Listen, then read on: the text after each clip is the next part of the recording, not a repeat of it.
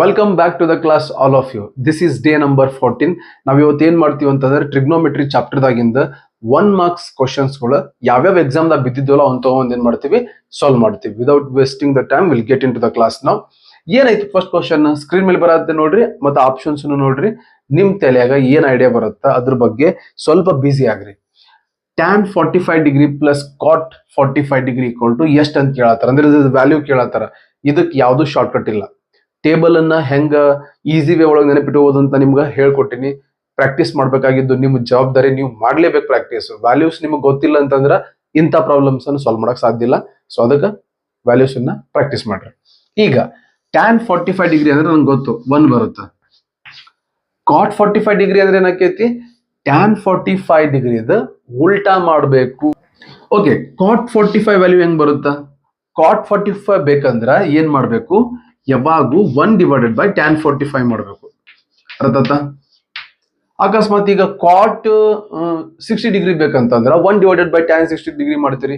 ಕಾಟ್ 90 ಬೇಕಂತಂದ್ರ 1 divided by tan 90 degree ಮಾಡ್ತೀರಿ. Pattern ಅನ್ನು ಅಬ್ಸರ್ವ್ ಮಾಡ್ರಿ, ನಾನು ನಿಮಗೆ ಹೇಳತ್ತೀನಿ ಮತ್ತೆ ಬೇರೆ ತರ ಬಂದ್ರೆ ಹೆಂಗ್ ಯೂಸ್ ಮಾಡೋದು ಅಂತ. ಸೊ ಈಗ 1 ಪ್ಲಸ್ 1 ಡಿವೈಡೆಡ್ ಬೈ tan 45 ಅಂದ್ರ ಇಲ್ಲೇ ಬರ್ತೀವಿ 1 ಅಂತ ಐತಿ. ಸೊ 1 ಬೈ 1 ಅಂದ್ರೆ ಏನ್ ಬರುತ್ತಾ, 1 ಬರುತ್ತೆ. ಈ ಕಡೆ 1 ಬೈ 1 ಅಂದ್ರೆ 1 ಈಕ್ವಲ್ ಟು 1 2 ಬರುತ್ತೆ.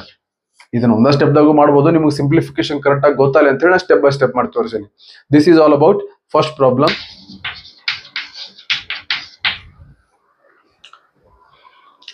ನೆಕ್ಸ್ಟ್ ಕ್ವಶನ್ ನೋಡ್ರಿ ಚಂದಾಗ, ವೆರಿ ಸಿಂಪಲ್ ಕ್ವಶನ್.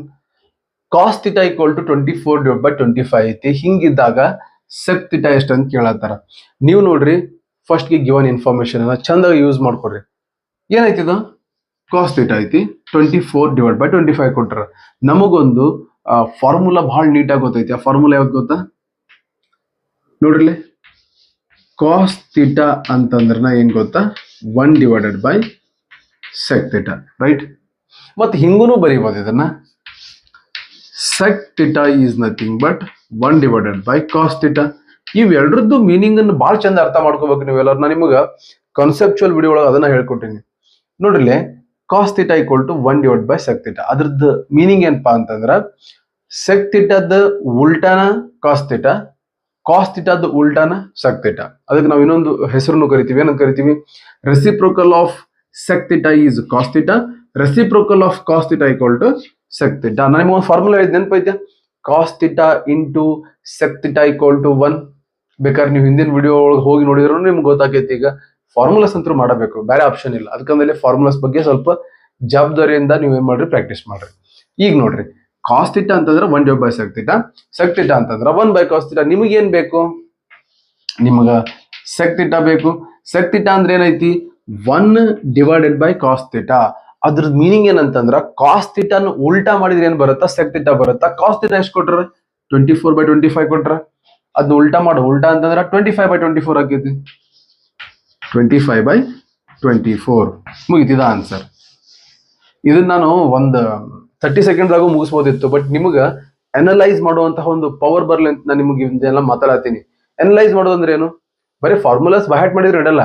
ಫಾರ್ಮುಲಾಸ್ ಅನ್ನ ಸಿಚುವೇಶನ್ ತಕ್ಕಂಗ ನಾವೇನ್ ಮಾಡ್ಬೇಕು, ಯೂಸ್ ಮಾಡ್ಬೇಕು. ಓಕೆ, ನೆಕ್ಸ್ಟ್ ಕ್ವಶನ್ ಮಾಡೋಣ ಅಂತ. 2022 ಎಕ್ಸಾಮ್ ದ ಬಂದಿದ್ ಕ್ವಶನ್ ಐತಿ. ಮತ್ತೆ ಇದ್ರ ಮೇಲೆ ಡಿಪೆಂಡ್ ಐತಪ್ಪ ಅಂತಂದ್ರ ನೀವ್ ಹೇಳಿ ನೋಡೋಣ ಅಂತ. Sine 18 degree divided by cos 72 degree. ನಿನ್ನೆ ಒಂದು ಪ್ರಾಬ್ಲಮ್ ಸಾಲ್ವ್ ಮಾಡಿದ್ನಿ, MCQ ಸಾಲ್ವ್ ಮಾಡೋದ್ನಾಗ. ಬಹಳ ಇಂಪಾರ್ಟೆಂಟ್ ಇದೆ ಪ್ರಾಬ್ಲಮ್, ನೀವು ಅರ್ಥ ಮಾಡ್ಕೊಂಡ್ರಿ ಅಂತ ಅನ್ಕೊಂಡಿನಿ ಅದನ್ನ. ಈ ಪ್ರಾಬ್ಲಮ್ ನೋಡ್ರಿ, ಮೇಲೆ ಸೈನ್ 18 ಡಿಗ್ರಿ ಐತಿ, ಕೆಳಗ ಕಾಸ್ 72 ಡಿಗ್ರಿ ಐತಿ.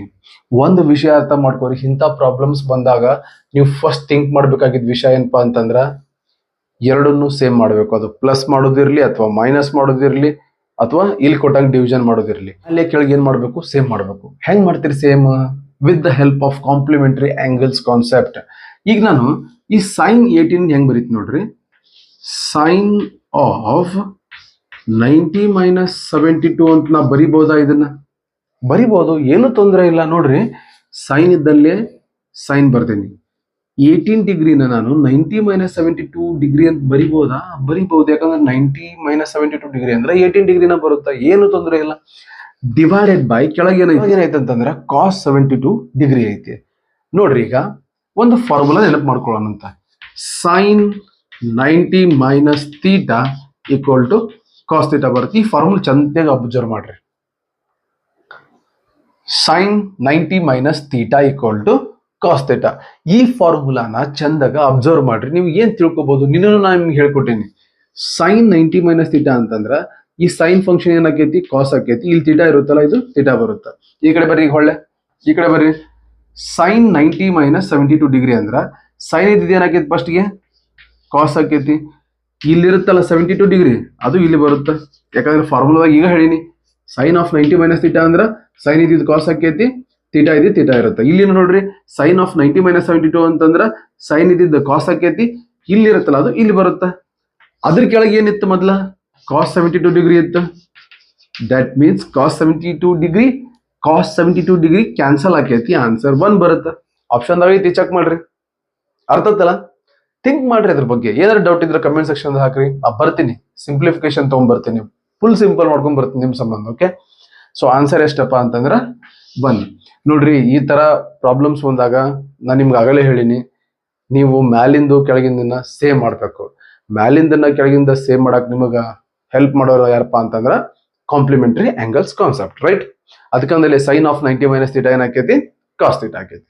ನೆಕ್ಸ್ಟ್ ಕ್ವಶನ್ ಮಾಡೋಣ ಅಂತ. ಇವತ್ತು ನಾವ್ ಏನ್ ಮಾಡಿವಿ ಅಂತಂದ್ರೆ ಜಸ್ಟ್ 1 ಮಾರ್ಕ್ಸ್ ಕ್ವಶನ್ಸ್ ಗಳನ್ನ ಸಾಲ್ವ್ ಮಾಡಿವಿ.